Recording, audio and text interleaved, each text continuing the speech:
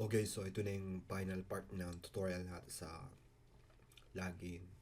So, may isa pa tayong dapat ayusin. So, sa kung titignan nyo itong login, so, di ba, sa source, may AJAX tayong ginagamit. So,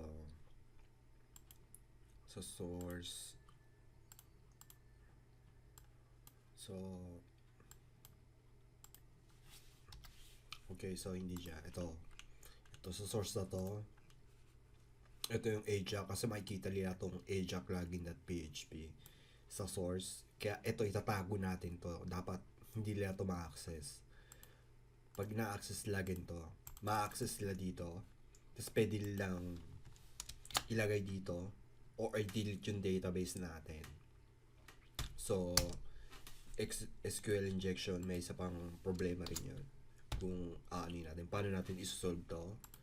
So, dito sa ajax.login, so ilalagay natin yung, so ipipaste ko na lang, so i-explain ko in,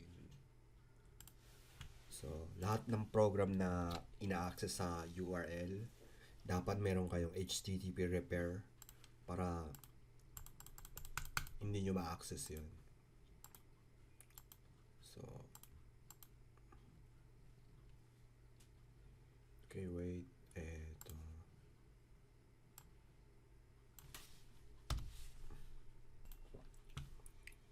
So, index,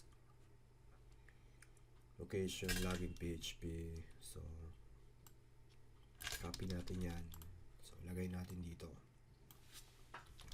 So, ang meaning nito kapag in-access natin yung AJAX login.php, hindi natin siya ma-access dapat. Ipupunta tayo sa login.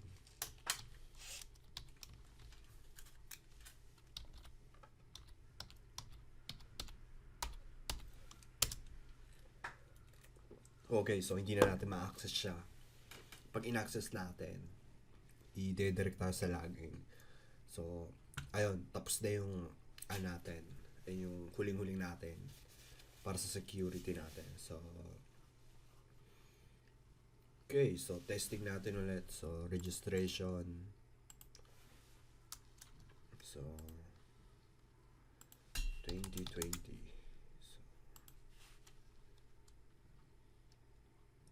So 1, 2, 3, 4, 5, 6. Okay.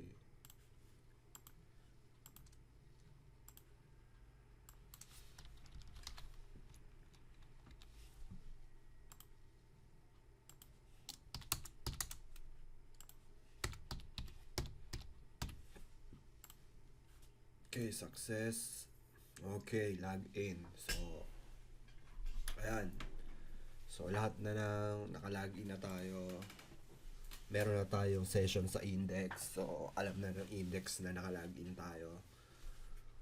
So, pag wala tayong session, di ba, i-redirect tayo sa login. So, ayun yung importante. So, nakalagin na tayo. Pwede na natin ma-access yung login.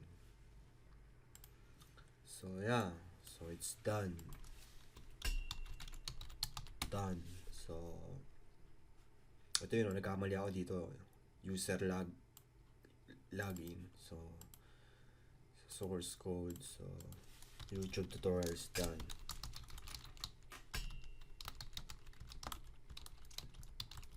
So, thank you for watching. So, kapag may bug, so, i-help ko kayo. So, yan. Tapos na yung tutorial natin.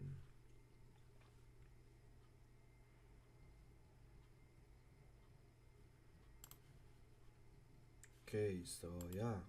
Ayun na. Tapos na yung tutorial.